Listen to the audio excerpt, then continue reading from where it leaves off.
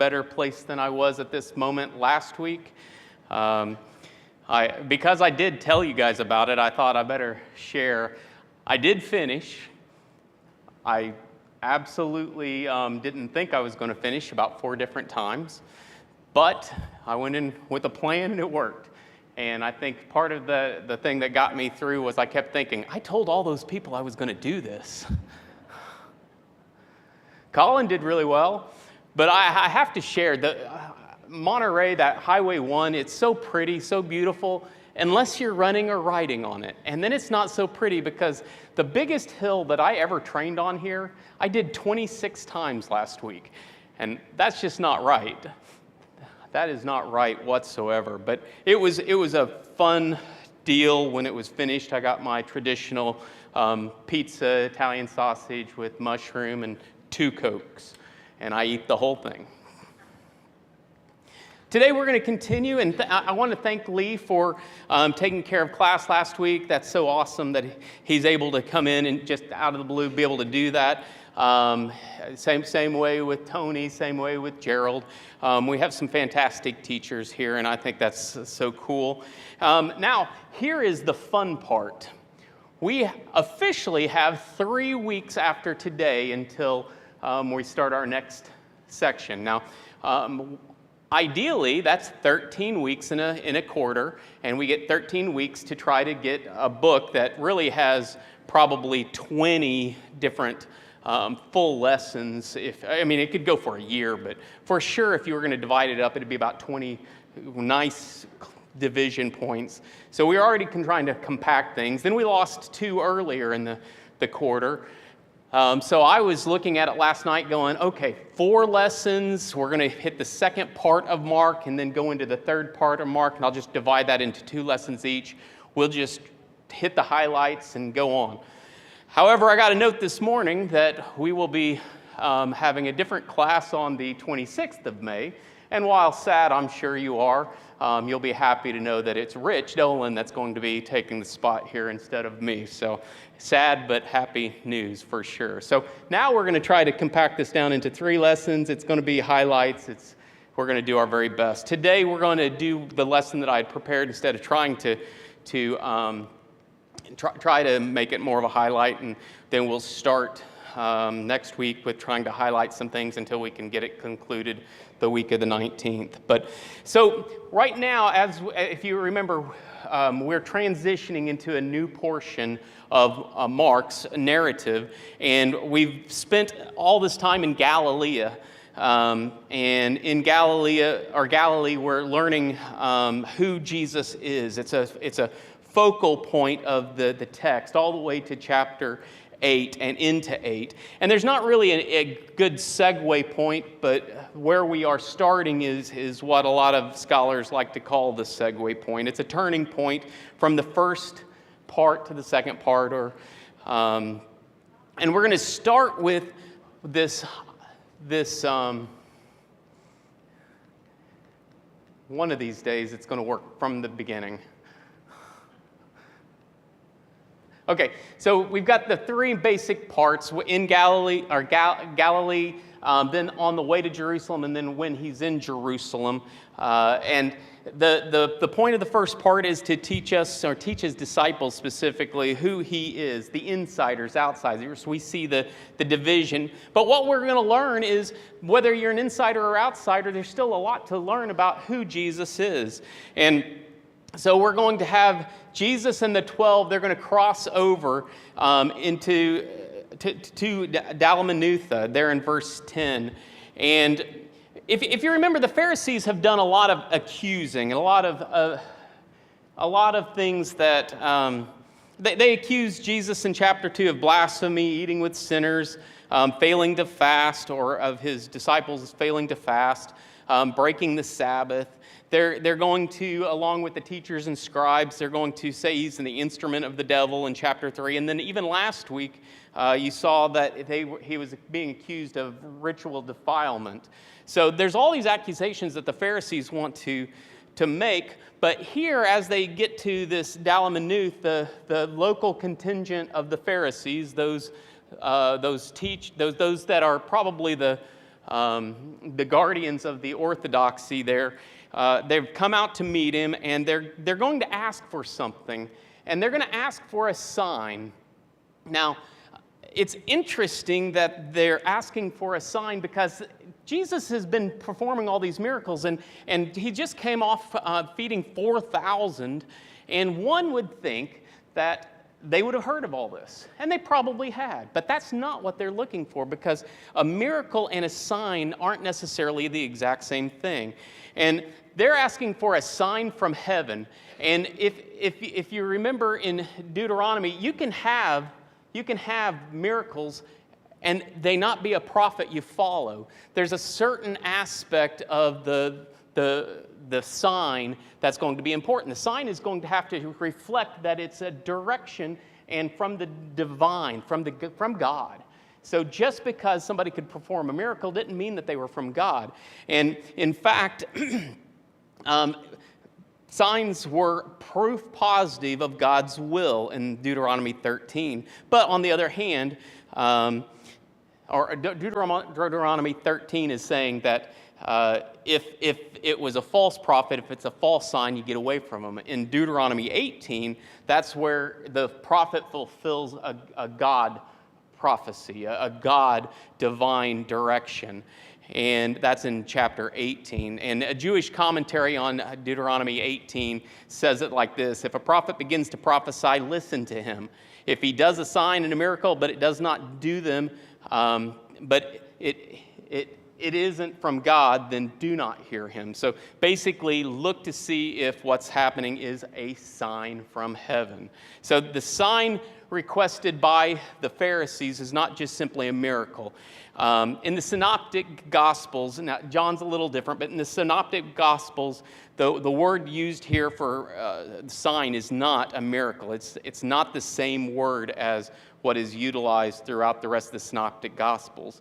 It is something much more, and the idea of the dynamis, which is the miracle throughout the Synoptics, is it's differentiated from Simeon, which is the sign from heaven, an outward compelling of proof of divine authority.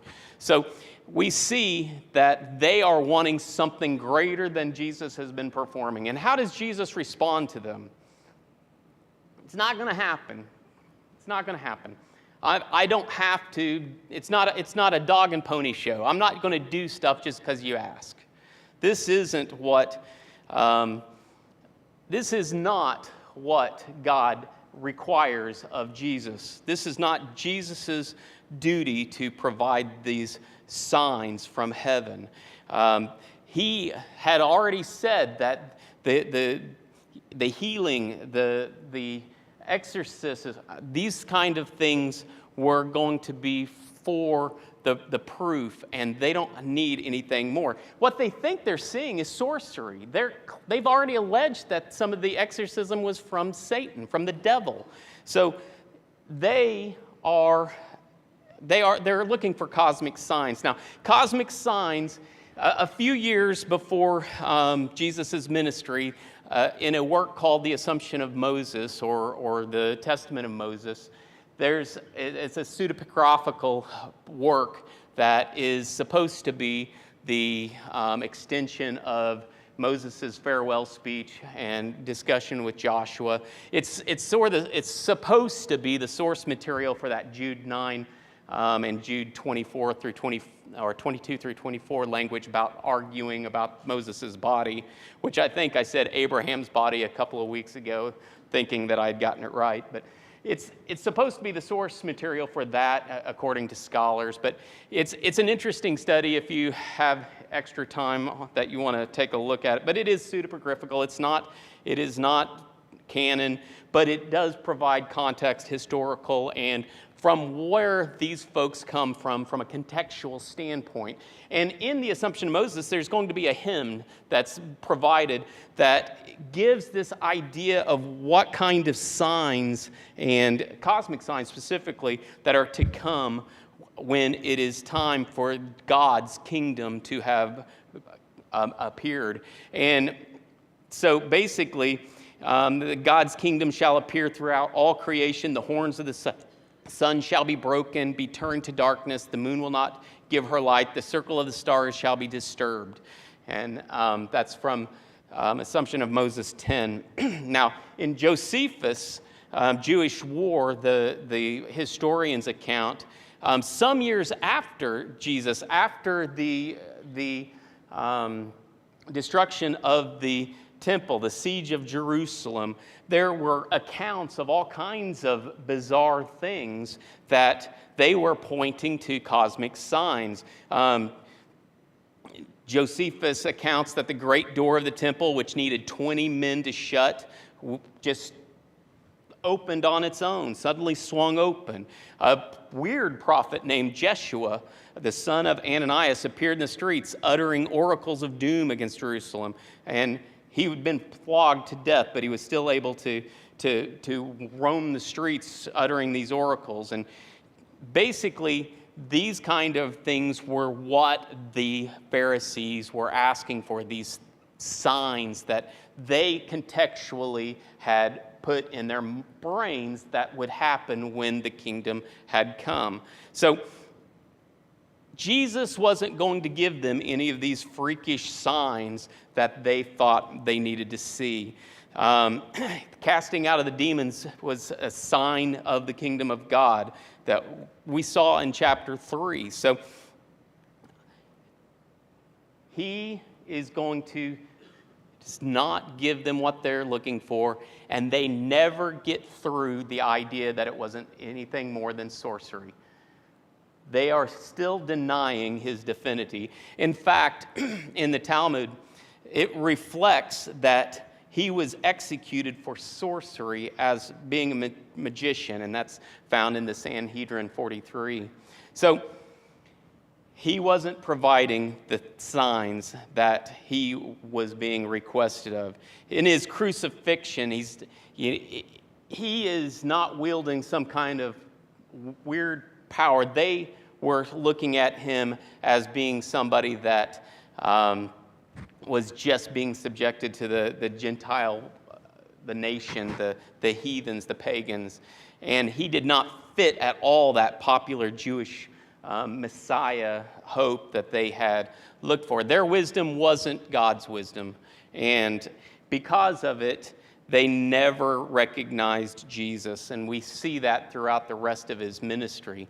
So this is happening at a very critical time, because now they're going to get back onto the boat. We still see that the 12 don't get it. They've been given the opportunity to get it. They've been taught directly, but they're still not understanding. So they've been given previous journeys on the boat, and remember what happens on those previous journeys. I mean, we've got the stilling of the storm. We've got the walking on the water. This should have been enough, but they still have failed to completely understand his identity. They're getting it. They're getting there, but they're not there. So it's time for Jesus, the Christology, to be revealed. It's time for Jesus to take it a different way, and he's going to identify that they've been deaf and dumb. They've been blind, they've been deaf, and he's going to give them some plain talking. He's going to ask them what they're talking about regarding they're hungry. They've probably been they've just had this miracle. They've had all this bread. They've got all of this in their mind, and they've discovered that they only have one loaf left on the boat as they're going, and they're hungry. And if they were with anybody in their history to only have one loaf with, you would have thought that this is a time when it would have been okay, but they were still concerned. I don't get that. But Jesus hears what they're talking about, and he gives them a warning. He gives them a warning. He says, beware, be careful. Beware of the yeast of the Pharisees and Herod. And he's kind of vague as to what exactly he's saying, but the idea of yeast is how something small can penetrate and make something larger. And what what it appears he's saying is that the Pharisees and the Herodians, they have these, well, let's start with the cosmic signs. These kind of things are yeast that can infect and can grow from the smallest of things into something that will cloud and hide exactly who Jesus is. And he's telling them to beware of this. Don't let this kind of thinking dominate.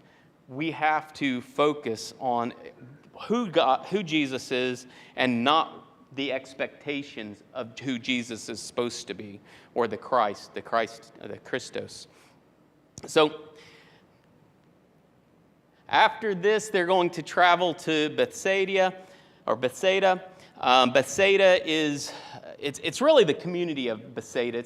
It's like they're in the suburbs. They're not actually going into the city proper. So they're dealing with probably less Jewish folks than the Pharisees would be. They're in this area.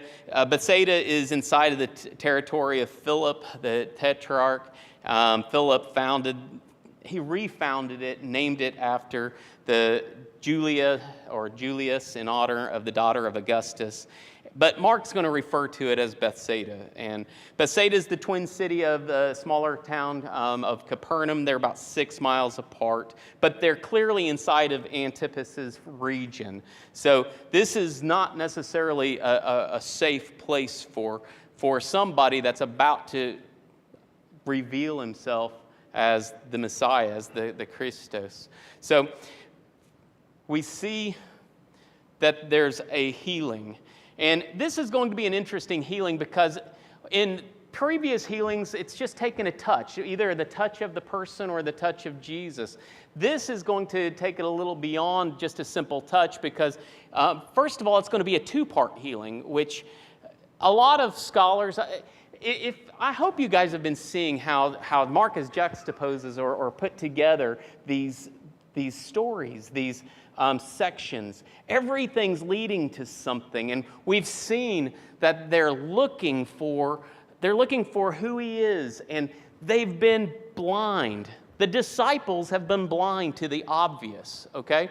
And Jesus is going to be healing the blind right here, right after this obvious allusion to the disciples' blindness. And it's going to be a 2-parter. It's not going to be just one part, because Jesus is going to use spit, and he's going to actually touch the eyes. There's going to be physical contact. There's going to be a level of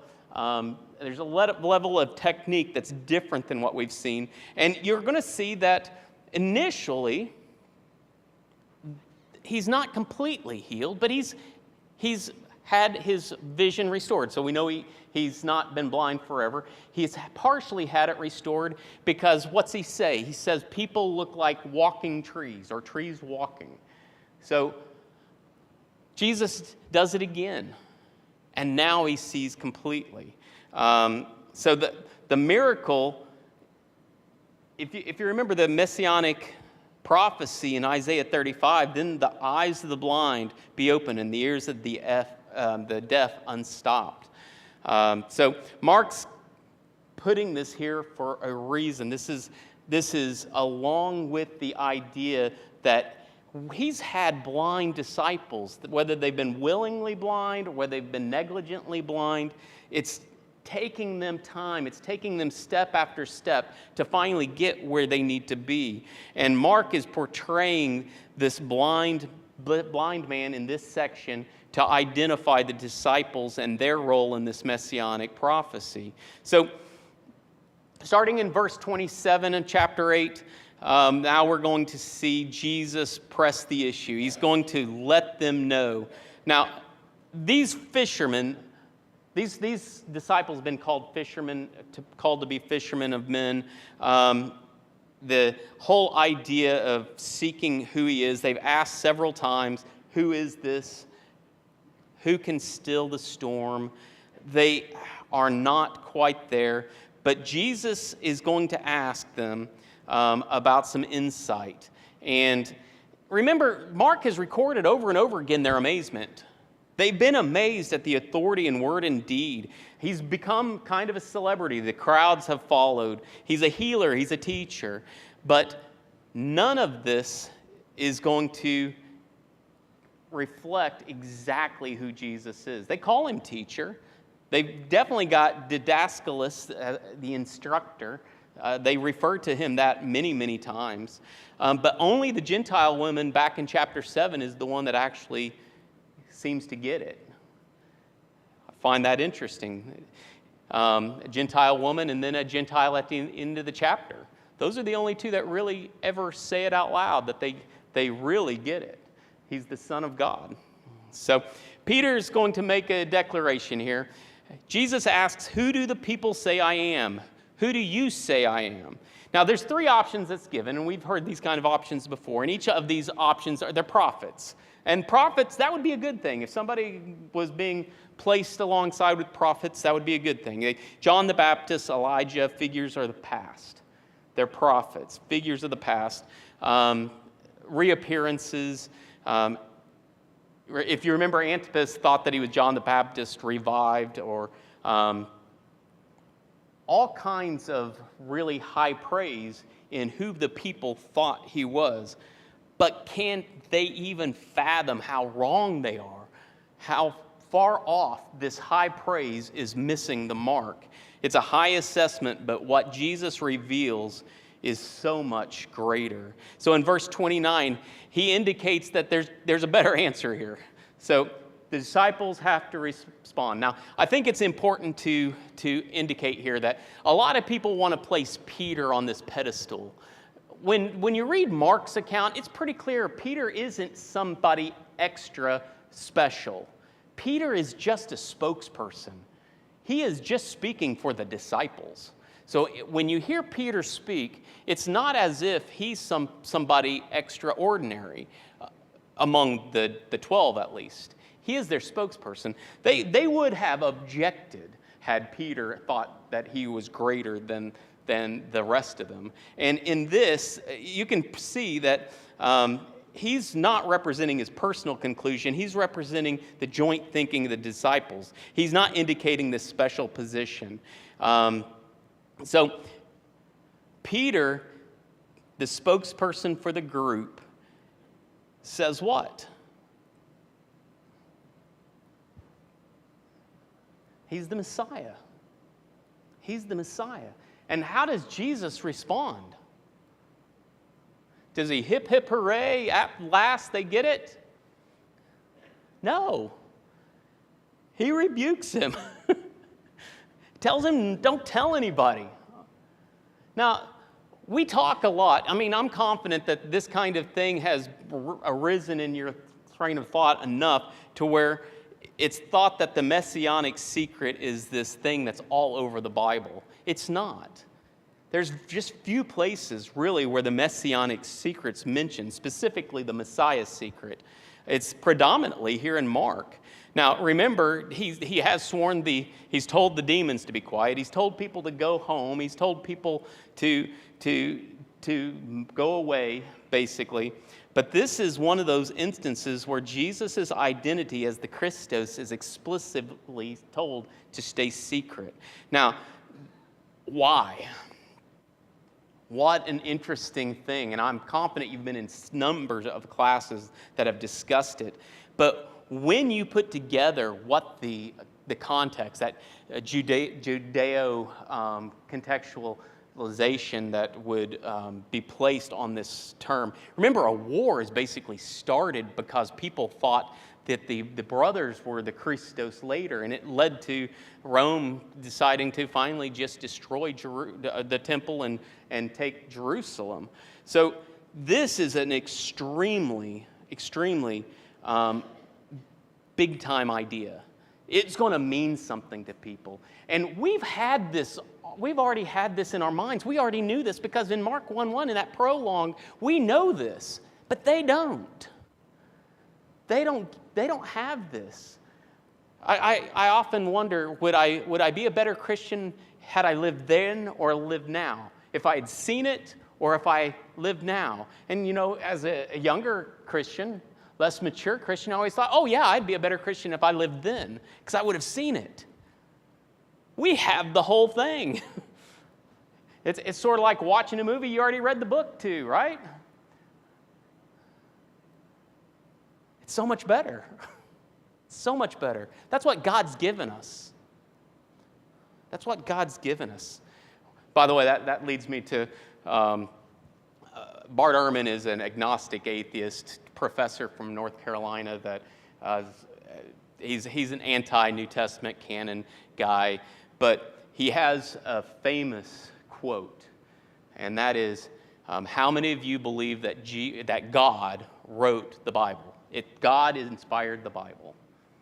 And then he asks, okay, how many of you guys have read this book or that book or this author or that author? How many of you guys have read the Bible?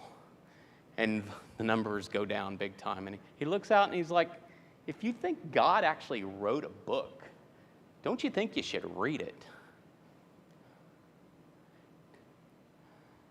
Don't you think you should spend as much time hearing what God actually said than all these other social medias and all these other things?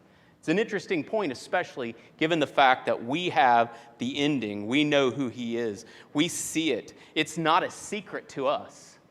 But he has asked for this secrecy. And he's asked for this secrecy because it is a political term. It is a monumental revolution name. It is in context and background something that would change everything around their movement, around everything that they do.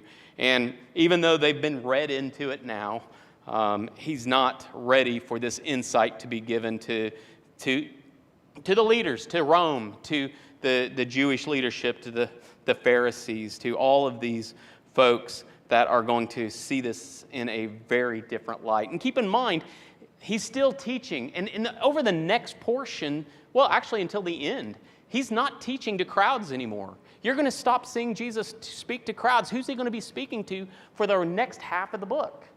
To the disciples. He's teaching them. He's teaching them, teaching us through them for the next part of the... It's not about the outsiders anymore. It's going to be about the insiders, which we are obviously the insiders as well. So this idea of messiahship is huge. And it's going to be a completely different mission than what God gave Messiah to mean, as Jesus is going to live out. It's a technical term. It's going to be beyond the deliverer. We've talked about the Psalms of Solomon, that other pseudepigraphical work that describes this image of the Messiah, and Jesus doesn't fit any of that. So the Messiah, to sum that part of the conversation up,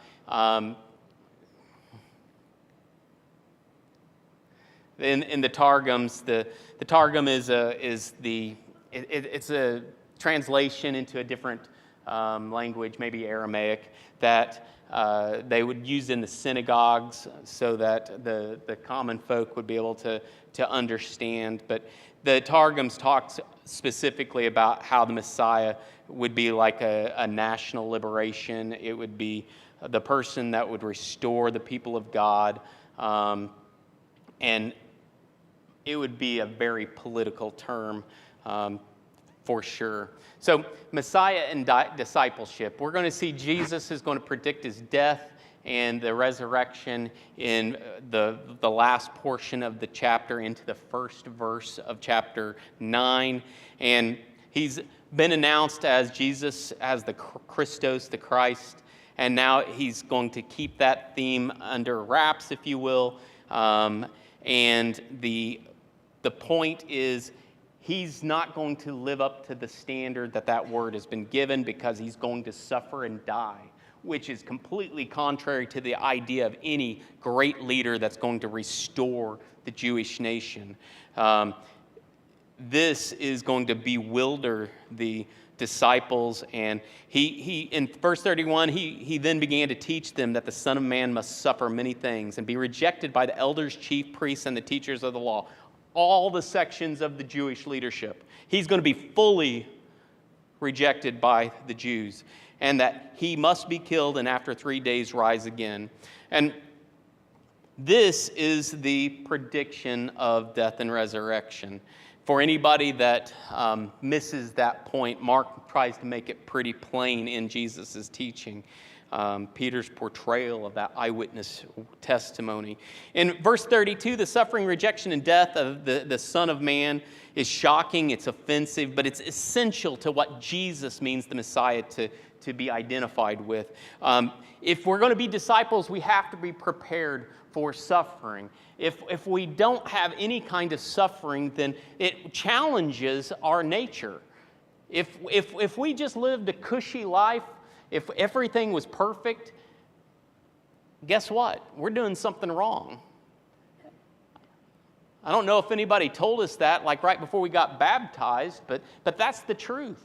If we're doing what we're supposed to be doing, life's not supposed to be easy. I think Tim did a really good job with his lesson a couple of weeks ago on the same kind of point. So the idea of those disciples in that time during the period which Mark is supposed to be writing is really supposed to get this, because a lot of bad things are either happening or about to happen to the disciples, and Jesus is trying to portray that to the 12 specifically as they take the evangelistic message out.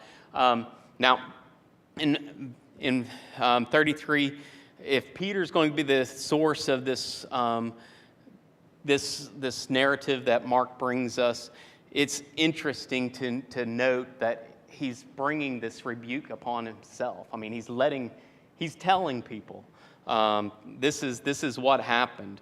It's an eyewitness account of Peter, and the content of the protest isn't really explained, but the fact that Jesus and Peter have this conversation and what later happens in the "be away from me, Satan," that whole idea of what is from God and what is not from God, and Peter allowing us to see the insight as from the teaching that God wanted us to get from this. So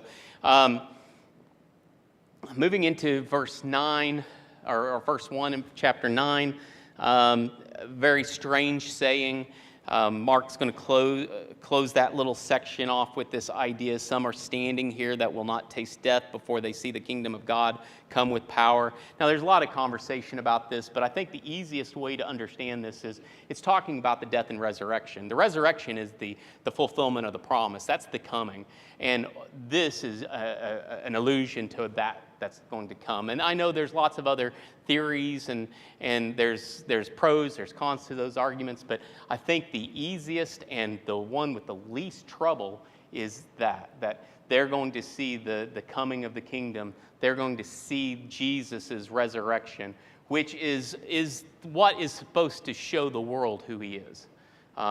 Without the resurrection, the Messiah misses the mark. And the resurrection is this idea of they'll see the kingdom of God come with power. Moving on down to the transfiguration. Transfiguration, starting in verse 2 through verse 8. Now, the transfiguration is a very interesting portion of all three of the synoptic gospels. Each kind of hits some different points about it. Some of them elaborate, some of them Reader's Digest. But for the most part, there's some really big-time points that bring both the Old Testament prophecies and look forward to the day of judgment, the eschaton, if you will. So there's all this stuff that gets put together, and when we read it, it's really interesting to try to catch all of what Mark is trying to show us. Now, right from the beginning, as we start it, we see that it says after 6 days. Now, I believe Luke says after 8 days, but I think Matthew and Mark both say after 6 days. After 6 days, and 6 days is important, but after 6 days, Jesus took with him Peter, James, John, and led them up a high mountain by themselves. And he was transfigured before them, and his clothes became radiant, intensely white, as no one on earth could bleach them. So 6 days. what kind of references from the Old Testament does this conjure up? In Exodus 24, Moses goes up the mountain and he goes to see the glory of the Lord on Mount Sinai, and the cloud covered it for 6 days. And on the seventh day, God called to Moses out of the midst of the cloud. Now, clouds are pretty special too. Anytime we see clouds, the cloud has some divine idea, some symbolism, and it's important that we recognize that after these 6 days, that's where Jesus is taking them up. And he's going up with witnesses, and that's also important. 2 or 3 witnesses. He's taking Peter, James, and John, and he's going to go up the mountain. He doesn't take a bunch of people. He just takes them with him. And the idea is a few possible ideas that's taken from the Old Testament. Moses goes up to Mount Sinai. He doesn't go alone. He takes Joshua, his servant. Another time he goes up with Aaron, and another time he goes up with the elders of Israel. Each of these times there's witnesses with him.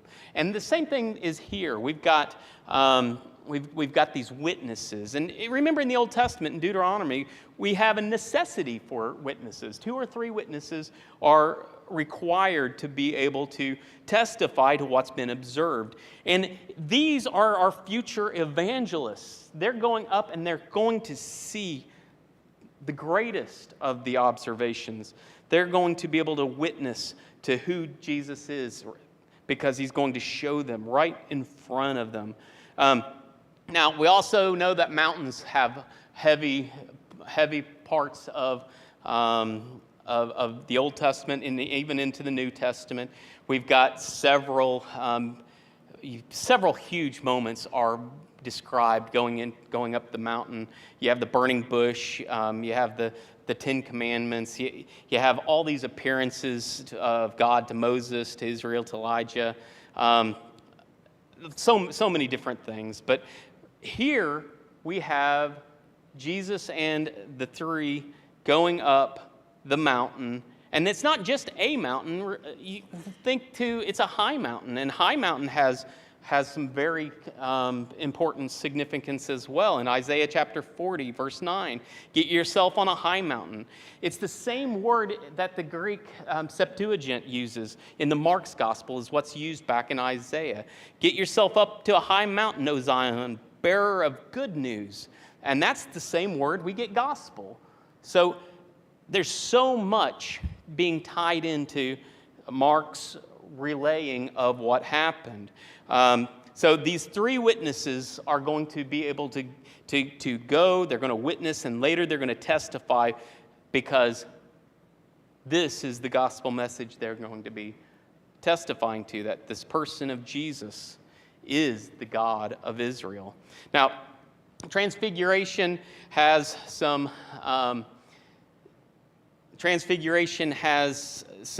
meaning, metamorpha, the Latin word that's taken from the word used here. But the thing is, Jesus isn't actually changing. His appearance is what's changing. And what they're seeing is this, he's being bright like the sun. His clothing becomes white as light. Mark says his clothing was radiant. His clothing was radiant.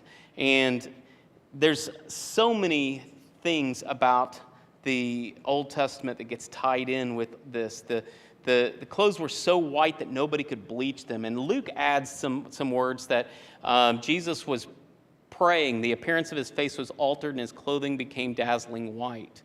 So these tie-ins, if you remember Exodus 34, the face of Moses when he comes down off the mountain, what was it? Yeah, they had to veil him. Why? Because he was glowing, basically. He had been talking with God, and the radiance of God was reflecting. The brilliance of God was impacted by upon Moses' face. So he had this divine radiance. There's several other things. We remember Ezekiel's vision, God's throne room. We did that class a couple of quarters ago.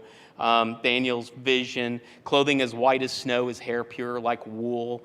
And Jesus is looking like the Ancient of Days that we discussed. And even Psalm 104, the verse 2 says that God covers himself with light as with a garment, all of which testifies to the fact that this man who is standing before them is not just a man, he is fully divine. He is the Son of God. He is the Son of the Father. So we have all of this being tied in. They've been brought to the mountain, the high mountain. They're seeing Jesus as God, and they can't miss it. Now, the two that appear, the two faces that appear, Elijah and Moses, why? Well, there's lots of discussion about it. They both have interesting things that happen on mountains. That they have mountaintop theophanies where God's appeared to them, and there's always a divine speech. And there's a divine speech here, but we're not going to really be able to get beyond the fact that he's saying that this is my son. And there's so many things we can discuss there, going back to the baptism. There's so much that we can go into, the actual words being used here, going back to the temptation scene, to what happens after the temptation scene. There's just a lot here. So there's this idea that Peter still is having some problems, and he thinks, well, we'll just build 3 tents. Well, this idea of the 3 tents, the Feast of the Sukkot, the Feast of the Booths, this is where it's the third major festival for the Jews, and what they do is they would go to Jerusalem. They'd live in these temporary shelters to imitate what happened as the Israelites left the Egypt, and they lived in these tents. And what's interesting is Peter's kind of missing the point, because while he might be trying to initiate some kind of celebration like this Feast of the Sukkot, he's asking for 3 tents when only the need is for one. What happens next? Well, it's just Jesus before them. So there is no need. Jesus is the tabernacle needed. That's it. The body of Jesus. He is the Messiah. All of this is echoing into the rendition, Mark's telling of the Transfiguration. Now, there's extra stuff that if you like looking for rabbits to chase or extra study, there's so much typology here. You look that word up. It's an extremely interesting study on the typologies. There's just a lot to the Transfiguration that Mark provides for us that has demonstrated who Jesus is to the witnesses. Now, we're not going to get through the next healing, the idea between chapter 9, verses 14 through 29. There was one last interesting connection to Old Testament to the Transfiguration. He makes the comment about the time, the age, the unbelieving, and of course, when Moses came off the mountain, what did he find? He found an unbelieving Israel, even made a golden calf. But back to the verses 14 through 29. We have a possessed boy, and the thing that we need to get from the possessed boy story is that the disciples were unable to heal him or exorcise the demon initially, and Jesus explains that it's the faithful, it's the prayer of the faithful, and it's going to be important for them to understand that it's not anything that they did. It's not because they were great that they were able to do these things. So it's not that they weren't able to do it because they weren't great. It was because it wasn't prayerful, it wasn't in faith. And he reminds them to pray for faith. And this specifically one had to be driven out by prayer. So the idea of the Transfiguration, the idea of all of the lessons that Mark has allowed us to see is referring to what's to come. This is the walk away from Galilee towards Jerusalem. This is going to be the teaching of the disciples, the insiders. It's going to lead to what is described as the new Exodus, because again, who did Jesus talk to? He talked to the leader of the old Exodus, and now he is the leader of the new Exodus. And it's a very fascinating, very wonderful section. Now, starting next week, I don't know where we're going to start. I would encourage you greatly to take a look at Tim's lessons on Mark from 2 or 3 years ago. If you feel like we need to stay steady in the text, but we're not going to be able to. So if you want to stay steady in the text, take a look at Tim's lessons, and then we'll take up some high points, hopefully concluding in 2 weeks somehow. Thank you.